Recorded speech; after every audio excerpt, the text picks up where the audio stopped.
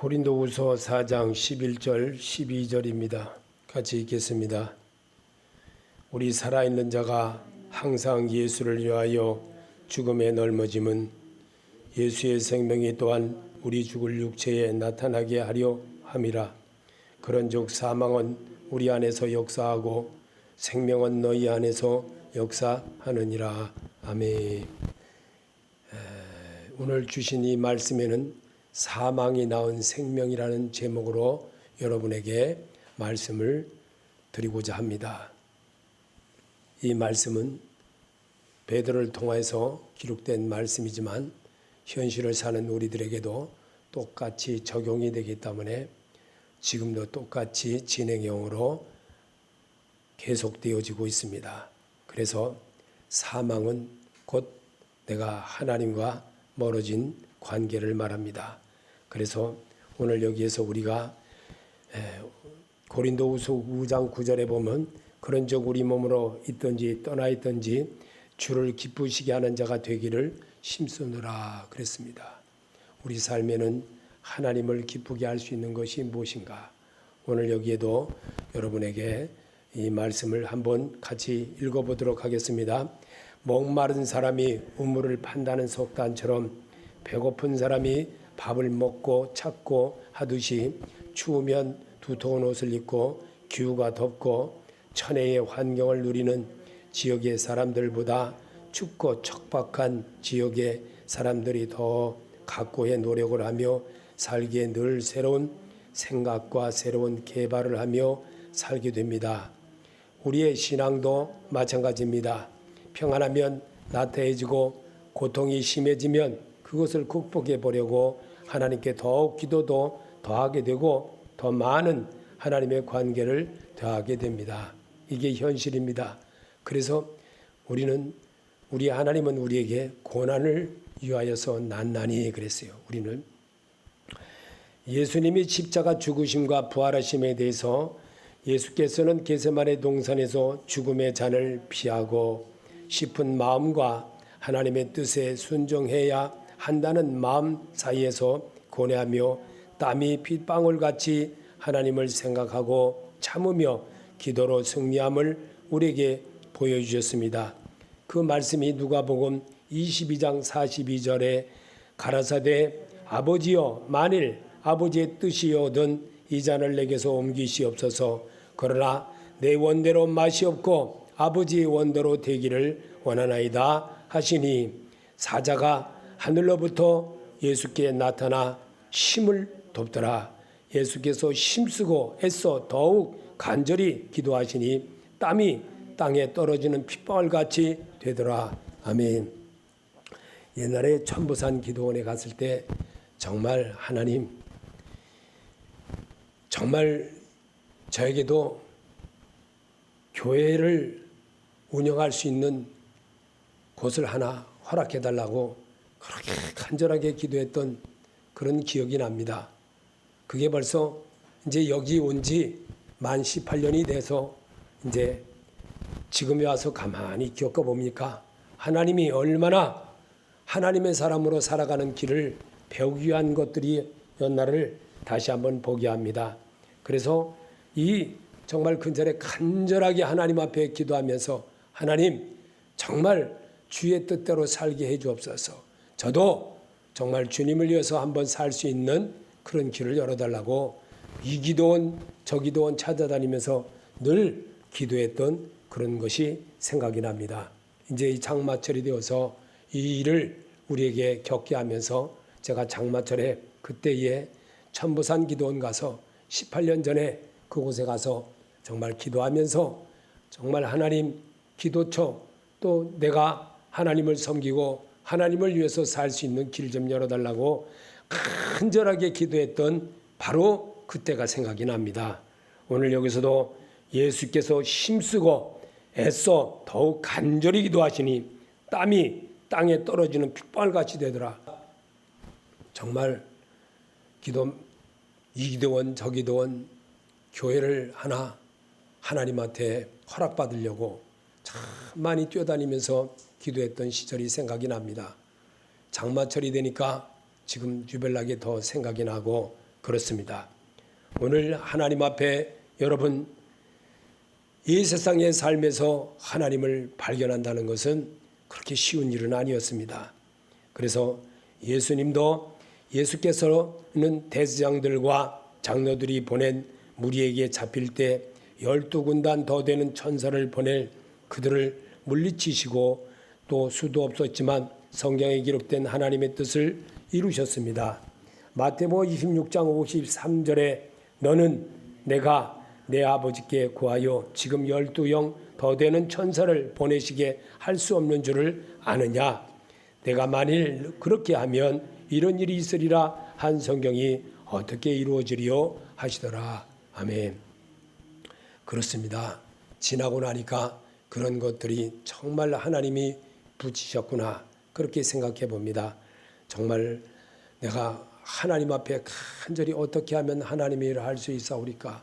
하나님의 일을 내가 어떻게 하면 주의 기쁘신 뜻을 행할 수 있습니까? 라고 기도했던 그런 기억들이 납니다. 세 번째입니다. 예수께서 십자가에 달려 고통과 죽음을 고난받음으로 인류에게 생명의 길을 열어놓으셨습니다. 주님은 사망과 고통을 통해 생명을 낳으심을 몸소 보여주셨습니다. 그게 인생인가 봅니다. 요한복음 5장 24절에 내가 진실로 진실로 너에게 이르노니 내 말을 듣고 또 나 보내신 이를 믿는 자는 영생으로 듣고 심판에 이르지 아니하나니 사망에서 생명으로 옮겼느니라. 아멘. 모든 삶을 겪어보면 정말 고통이 꼭 따릅니다. 그리고 고난이 있습니다. 슬픔이 있습니다. 이 일을 하는 데 있어서 저도 늘 생각합니다. 하나님의 일을 함에 있어서 정말 이 일이 내가 계속적으로 해야 되는 것인가 말아야 되는 것인가. 그렇게 새벽 예배를 끝나고 나니까 새벽 예배도 제 마음에 아주 정말 아주 절망하는 마음이 생겼습니다. 그런데 그것을 또한 이제 다시 또 내게 용기를 주시는 하나님이라는 것을 다시 한번 성경을 보면서 용기를 냈던 그런 기억이 납니다. 고린도후서 4장 10절에 우리가 항상 예수 죽인 것을 몸에 짊어짐은 예수의 생명도 우리 몸에 나타나게 하려 함이라. 아멘. 고린도후서 4장 10절의 말씀이 우리가 항상 예수 죽인 것을 몸에 짊어짐은 예수의 생명도 우리 몸에 나타나게 하려 함이라고 했습니다. 그렇습니다. 하나님의 은혜를 정말 쳐버리고 살았던 것들을 생각해 보면 온전하게 순종하지 않았던 것들이 저절로 생각이 납니다. 정말 잘못되게 했구나. 왜 내 그때 제대로 하지 못했나? 왜 내가 그때 순종하지 못했나? 이런 것들을 생각해 봅니다. 그렇습니다. 하나님의 음성이 어디에 있습니까? 오늘 여기에서 말씀을 읽을 때 자기가 겪어왔던 것들을 생각해 보지 않습니까? 그러면서 하나님의 마음을 다시 한번 내 안에 생각나게 해보는 것이 아니겠습니까? 말씀의 거울에다가 여러분이 비춰보는 그 시간을 갖기를 하나님은 이 시간 원하십니다. 하나님의 소리가 여기에 있음을 알아야 합니다. 네 번째입니다. 주님의 부활은 영원한 생명의 승리요 우리에게 부활의 축복입니다.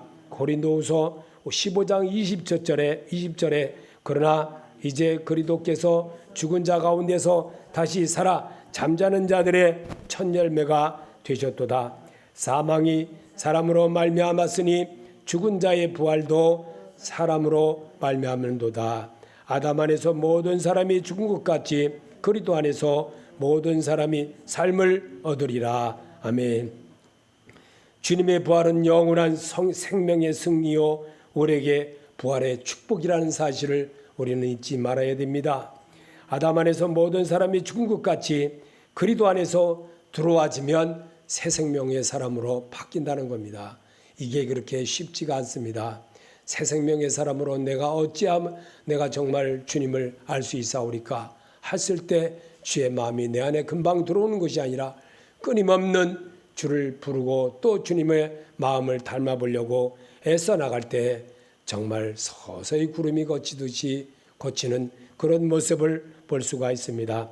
바울의 고난과 생명을 보면 이 주님께서 바울을 통해 생명을 낳는 사역을 하도록 여러 계시를 주셨습니다. 또한 자만하지 않게 육체의 가시와 같은 질병으로 믿음을 승리하도록 하셨습니다. 이것이 주의 사랑의 표현이었습니다. 고린도후서 12장 7절에 여러 계시를 받은 것이 지극히 크므로 너무 자만하지 않게 하시려고 내 육체의 가시 곧 사단의 사자를 주셨으니 이는 나를 쳐서 너무 잠하지 않게 하려 하심이라. 아멘. 내가 기도 많이 해서 내가 많이 해서 이렇게 된 것이 아니라 하나님은 이미 정해놓으셨다는 것입니다. 그리고 내가 너무 자만하지 않고 하나님의 은혜로 구원받은 사실에 대해서 늘 감사하는 마음을 할 때 주의 마음이 내 안에서 불일 듯 일어나게 되는 겁니다. 그래서 시편 119편 71절에 고난당하는 것이 내게 유익이라 이로 말미암아 내가 주의 율례를 배우게 되었나이다. 아멘. 고난당하는 것이 내게 왜 유익이 될까? 이로 인해서 내 아픈 상처를 돌아보기 때문에 제가 계단을 올라오다가 비가 오는 날이었는데 제가 이렇게 계단 문을 이렇게 올라오다가 거기 새로 이렇게 바닥 돌을 이렇게 해놓은 게 반질반질해요. 근데 그거를 내가 마침 비 오는 바로 그때 비가 왔기 때문에 그렇게 올라오다가 탁 넘어졌어요. 근데 그것도 굉장히 아파요. 그래서 그 상처가 나가지고 사모님이 저를 여러 번 계속 치료해 주면서 요즘 그 마음을 가지면서 내가 119편 71절의 말씀을 다시 한번 생각해 봅니다. 고난당하는 것이 내가 유익이라 이로 말미암아 내가 주의 율례를 배우게 되었나이다. 이 고백이 저절로 생각이 나더라고요. 이게 하나님이 나를 이렇게 내가 지난날 잘못했던 것들을 또 생각하게 되고 왜 내가 여기까지 다 와서 집에까지 다 왔다고 우산이 없으니까 금방 확 들어오려고 급하게 들어오다 보니까 문짝에 바로 밑에 그 돌에 팍 넘어져 가지고 다치는 그런 일을 겪게 했습니다. 그러면서 제가 말씀을 공부하면서 이 생각이 났습니다. 정말 이것이 바로 내가 아무리 정말 목사랄지라도 내가 정말 아무리 내가 주의 일을 열심히 한다고 할지라도 이런 일도 내게 있었구나라는 것을 반省하게 되었습니다. 바울은 질병의 고통을 제하여 달라고 간구하였지만 바울을 쓰시기 위한 질병으로 바울의 믿음을 세우게 하셨습니다. 고린도후서 12장 8절에 이것이 내게서 떠나기 위하여 내게 3번 주께 간구하였더니 내게 이르기를 내 은혜가 내게 족하도다. 이는 내 능력이 약한 데서 온전하여짐이라 하신지라. 이러므로 도리어 크게 기뻐함으로 나의 여러 약한 것들에 대하여 자랑하리니 이는 그리스도의 능력으로 내게 머물게 하려 함이라. 그러므로 내가 그리스도를 위하여 약한 것들과 능력과 궁핍과 핍박과 고난을 기뻐하느니 이는 내가 약할 그때에 곧 강함이라. 아멘. 바울의 질병을 제하여 달라고 간구했던 그 모습, 왜 바울이 그 기도했던 것을 성경에 우리에게 이렇게 읽게 할까요? 이것은 바로 현실과 똑같다는 겁니다. 하나님, 나는 이 길을 좀 피하여 주옵소서. 나도 성도가 없으니까 정말 성도도 믿게 18년을 이렇게 살아왔는데도 하나님, 나는 이 자리가 그냥 그 자리인가요? 하나님, 내가 이렇게 해야지만 되는 건가요? 그런데 노아를 생각해 봤습니다. 120년 동안을 방주를 지으면서 하나님의 명령에 순종했던 노아의 그 믿음이 얼마나 내게도 그렇게 하나님이 하셨는가. 그는 자기 식구 8명만 구원을 받는 그런 역사를 이루게 한 것을 성경에 기록한 것입니다. 오늘을 사는 우리들에게는 어떤 마음이 들었을까요? 정말 나도 큰 교회 목사들처럼 정말 똑같이 그렇게 교인도 많고 그렇게 살아봤으면 하는 마음이 얼마나 간절하겠습니까? 그런데 노아의 그 모습을 보면서 생각을 해봤습니다. 이것이 하나님의 뜻이 바로 나는 작은 그릇이었기에 이렇게 하나님이 하는구나 라는 것을 알게 되었습니다. 그래서 119편 67절에 보니까 고난당하는 것이 내가 전에는 그릇 행하였더니 이제는 주의 말씀을 지키나이다. 아멘. 이제 주의 말씀을 지키는 목사로 살아간다는 거예요. 그것이 바로 내가 하나님의 사람이라는 사실을 다시 한번 알게 되었습니다. 말씀을 보면서 하나님을 생각하게 되고 말씀을 보면서 그분이 내 안에 지금 내 앞에 계심을 알게 된다는 겁니다. 이게 주의 말씀이 아니고 무엇이겠습니까? 살아계신 주의 음성이 아니고 무엇이겠습니까? 하나님은 내가 잘못한 그 부분을 보면서 내가 이렇게 살았구나 하는 것을 보게 하는 겁니다. 그래서 고난당하기 전에는 내가 그러다 행하였더니 이제는 주의 말씀을 지키나이다. 여러분도 이런 고백을 하시길 바랍니다. 하나님은 이렇게 고백할 때에 정말 우리의 소리를 들어주지 않겠습니까? 바울은 죽은 자를 살리시는 주님을 믿고 의지함으로 생명의 역사를 위해 쓰임을 받는 위대한 사도가 되었습니다. 고린도후서 1장 8절에 형제들아 우리가 아시아에서 당한 환난을 너희가 알지 못하기를 원치 아니하노니 심에 지나도록 심한 고생을 받아 살 소망까지 끊어지고 우리 마음에 사형 선고를 받은 줄 알았으니 이는 우리로 자기를 의뢰하지 말고 오직 죽은 자를 다시 살리시는 하나님만 의뢰하게 하려 하심이라. 그가 이같이 큰 사망에서 우리를 건지셨고 또 건지시리라. 또한 이후라도 건지시기를 그를 의지하여 바라노라. 아멘. 바울을 통해서 죽은 자를 살리신 주님을 믿고 의지함으로 생명의 역사를 위해 자기가 쓰임받은 데에 대해서 얼마나 그는 감사했겠습니까? 그는 올바른 자기 교회도 없었습니다. 오직 주님만을 위해서 살겠다는 그 마음으로 살았습니다. 그리고 오늘날 사는 우리들에게도 똑같이 이 말씀을 읽으면서 주님께로 가는 길을 가르쳤습니다. 우리 하나님의 은혜를 생각할 때 나는 아무것도 아니구나. 나는 정말 보잘것없는 것이었구나. 나는 벌레만도 못한 것이었구나. 이런 생각을 하게 되었습니다. 정말 그렇습니다. 우리의 삶에는 가시와 엉경치가 너무나도 많습니다. 이런 것들을 내가 피하고 다른 길이 뭐 없나 생각해보고 그 길로 돌아가 보면 거기도 또한 큰 웅덩이가 있고 거기도 깊은 수렁이 있고 거기도 말할 수 없는 말로 표현할 수 없는 일들이 계속 나를 도사리고 있더라는 겁니다. 이 길 피하고 저 길 피하고 계속 좋은 길 없을까? 좋은 방법 없을까? 좋게 가는 길이 무엇일까? 라고 해봐도 그 길은 다시 험난한 길, 가시밭길이고 고난의 길이고 슬픔의 길이고 눈물뿐인 길이라는 사실을 저는 삶을 통해서 배웠고 정말 내가 주의 일을 피해서 어떤 것을 하면 더 낫게 될 것인가, 더 잘할 수 있을 것인가 라고 많이 생각해 보았습니다.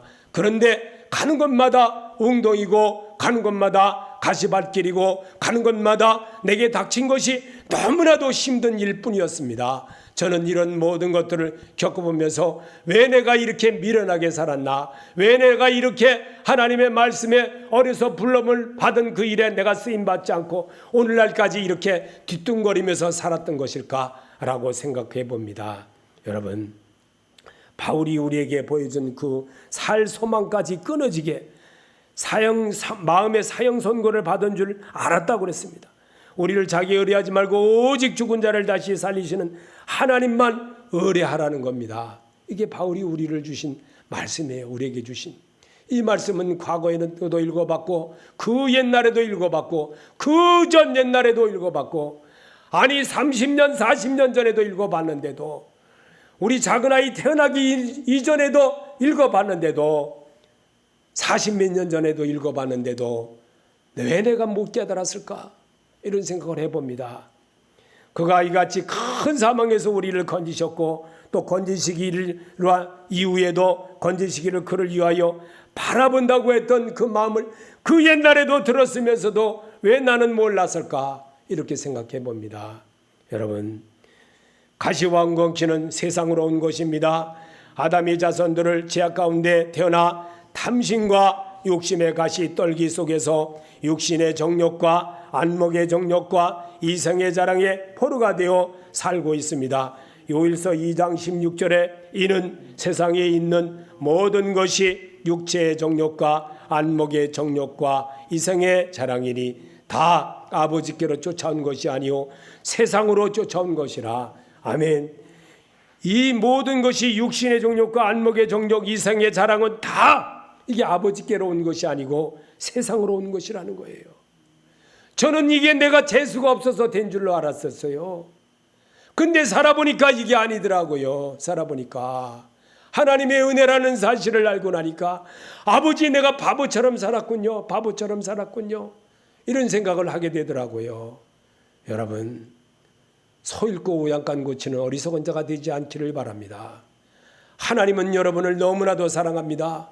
이 코로나 이 시대를 겪게 하는 것은 하나님을 올바로 배우기 위한 하나님의 소리인 줄을 믿으시길 바랍니다. 이루기 위하여 여러분과 나를 하나님이 택하셨습니다. 이루기 위하여 정말 이 고난의 길을 가시밭길 같은 길을 걷게 하는 겁니다. 좋은 길만 있는 것이 아닙니다. 나쁜 길도 너무나도 많습니다. 정말 가지 말아야 될 곳도 갈 때도 있었습니다. 정말 험악한 길을 겪게 한 모습이라는 것을 제가 살아보면서 너무나도 정말 느껴본 것이 많았습니다.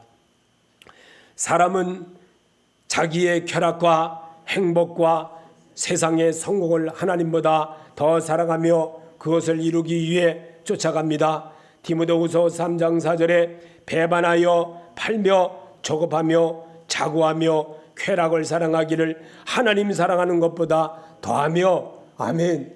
이게 계속적으로 벌어지고 사는 게 우리의 삶이더라고요. 이 삶에서 정말 내가 어찌하면 아버지의 뜻을 행할 수가 있겠습니까? 또 잘못해놓고 나서도 또 한번 내가 하나님 정말 어떻게 하면 하나님의 일을 하오리까? 이렇게 합니다. 그래서 목사는 세상 일을 놓으라는 이유가 맞는 겁니다. 살아보니까 맞더라고요. 세상 일을 붙들고 하나님의 일을 양손을 잡고 가다 보면요, 세상 것이 크게 보일 때도 있고 하나님의 것은 작게 보일 때도 있습니다. 어떤 때는 하나님의 것이 크게 보이면 세상 것을 내려놓게 되지만 세상 것이 크게 보일 때는 하나님이 뒷전이 되고 하나님은 내가 먼저 이거 해보겠습니다 하고 먼저 뛰어나가는 바로 베드로 같은 모습을 할 수가 있더라는 겁니다. 그리고 세상이 커버져 있으면 가룟 유다처럼 갈 수가 있다는 겁니다. 이게 바로 우리의 모습이라는 걸, 내 모습이라는 것을 다시 한번 생각하면서 성경을 잇대어서 나를 다시 한번 비교해 봅니다. 세 번째입니다.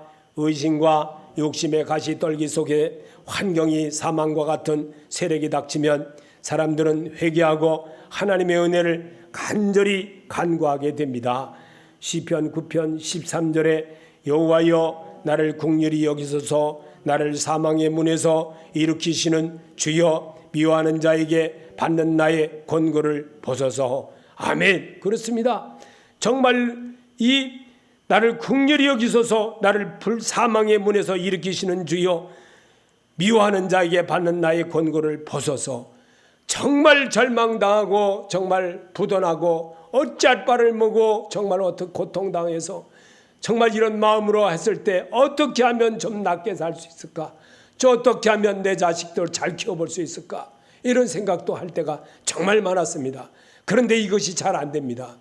내가 그런데 새 많은 것을 다 잃어버리고 다 망가지고 난 이후에 겪은 것이 있습니다. 아, 이게 하나님의 은혜였구나. 이것이 바로 하나님이었구나 라는 것을 저는 이 욥기서를 읽어보면서 정말 많이 울었습니다. 욥기서를 정말 울면서 어쩌면 내 인생의 이야기를 똑같이 하는구나 라고 생각해 본 적이 있었습니다. 우리 하나님은 여러분과 나를 너무나도 사랑합니다. 시편 13편 3절에 여호와 내 하나님이여 나를 생각하사 응답하시고 나의 눈을 밝히소서, 두렵건대 내가 사망의 잠을 잘까 하오며. 아멘. 그래도 이 정도의 그 말씀을 읽을 때가 되면 그래도 하나님을 찾을 때입니다. 하나님을 바라볼 때입니다. 하나님 정말 내가 이렇게 정말 주님 나 좀 도와주옵소서 할 때입니다. 근데 내가 이 숙제를 몰랐습니다. 오랜 세월이 지나도록 몰랐습니다. 내가 그리스도 안에 있으면 새로운 피조물이라 이전 것은 지나갔으니 보라 새 것이 되었도다. 이 사실의 말씀을 너무나도 몰랐던 겁니다. 그런데 세월이 지나고 또 시간이 가고 이렇게 많은 세월이 간 이후에 지금에 와서 이 답을 깨달을 수가 있었습니다. 여러분, 사람은 환경이 어려워지면 하나님을 더 의지하게 되고 신앙이 더 성장하게 됩니다. 시편 50편 15절에 환난 날에 나를 부르라 내가 나를 건지리니 내가 나를 영화롭게 하리로다. 아멘. 그렇습니다. 하나님은 정말 환난 날에 나를 부르라고 하신 이 말씀이 정말 믿음이 떨어지고 환경이 어려워지고 모든 것이 더 어려워지면 절대로 바라보지를 않습니다. 교회 나오라고 해도 듣질 않습니다. 기도하라고 해도 절대로 따라하지 않습니다. 예수 믿으라고 해도 절대로 따라하지 않습니다. 그런데 절단나고 완전히 망가지고 살 소망까지 끊어지고 정말 어떻게 할 바를 모를 정도의 환경이 되면 그때서야 여호와인 줄 알았더라. 므낫세 같은 사람이 되더라는 겁니다. 이게 바로 우리가 겪어본 세상이었다는 겁니다. 여러분, 제가 주일날 목사로서 이렇게 고백할 수 있었던 것은 내가 고난을 많이 겪어봤기 때문에 여러분들에게 너무나 많이 이 사실을 여러분에게 공포하는 것입니다. 시편 119편 67절에 고난당하는 것이 당하기 전에는 내가 그릇 행하였더니 이제는 주의 말씀을 지키나이다. 아멘. 여러분, 어리석은 자가 되지 않기를 바랍니다. 어리석은 자는 그 마음에 이르기를 하나님이 없다 하도다 그럽니다. 자기가 하나님이 되어서 삽니다. 하나님의 마음을 아프게 합니다. 그리고 내가 언제 그렇게 했어? 언제 내가 그렇게 했어? 라고 합니다. 이게 바로 우리의 모습입니다. 그렇습니다. 내가 고난당하기 전엔 이런 것들을 모릅니다. 자식이 잘못되어지고 정말 모든 것들이 잘못되어지고 정말 내게 두어졌던 모든 사업과 모든 것들이 다 잘못되어지면 그래도 하나님을 찾질 않습니다. 너무나도 술과 방탕한 생활로 합니다. 그리고 엉뚱한 일을 합니다. 그리고 정말 세상만 탓합니다. 자기 의지하려고 예수 의지하려고 하는 생각이 전혀 없습니다. 그리고 예수 믿어봤더니 나는 모든 것이 안 된다더라 이런 말만 합니다. 그리고 또 어리석은 자는 더 어리석은 자는 또 절간에도 갑니다. 천주교에도 갑니다. 가서 거기서 엎드려 기도합니다. 말합니다. 그리고 기도했다고 합니다. 처음에는 내가 정말 기도회로 갔다 왔다고 그래서 예수 믿었다고, 그전엔 예수 믿었다고 하는데 기도원에 어디를 갔다 왔대. 어디 갔다 왔냐니까 절간 갔다 왔대. 그 예수 믿는다고, 과거에 예수 믿었다고 하면서 어떻게 그렇게 말씀하십니까? 라고 하니까 교회 다녀봐도 다 헛거예요. 교회 되지도 않고 오히려 절간 가서 하는 게 마음이 더 편하다고 그래요. 그렇게 말하더라고요. 야, 정말 이게 바로 어리석은 자구나 그런 생각이 들었습니다. 이제 결론을 말합니다. 예수님도 십자가의 고난을 앞두고 자신에게 다가오는 고통을 피하고자 고뇌에 찬 기도를 하셨습니다. 바울도 고통스러운 육체의 질병 때문에 하나님께 부르짖으며 기도를 하였습니다. 그러나 그들은 모두 하나님의 뜻을 선택하고 순종하였습니다. 요한계시록 1장 18절에 곧 내가 살아있는 자라 내가 전에 죽었었노라 볼지어다 이제 세세토록 살아있어 사망과 음부의 열쇠를 가졌노니 아멘. 부활하신 예수를 의존하시기 바랍니다. 그는 세상을 이기신 분입니다. 그는 죽음을 이기신 분입니다. 우리 사람이 제일 두려워하는 것이 죽음입니다. 그리고 끝입니다. 너무나도 두려워합니다. 돈을 많은 사람은 더 합니다. 더 모든 것이 가진 분들은 더 정말 아까워하고 더 그렇습니다. 그러나 우리는 하나님은 정말 여러분 하나님을 아버지라고 부릅니다. 하나님을 아버지라고 부르는 여러분에게 하나님이 오늘 이 시간 찾아왔습니다. 말씀으로 다가오셨습니다.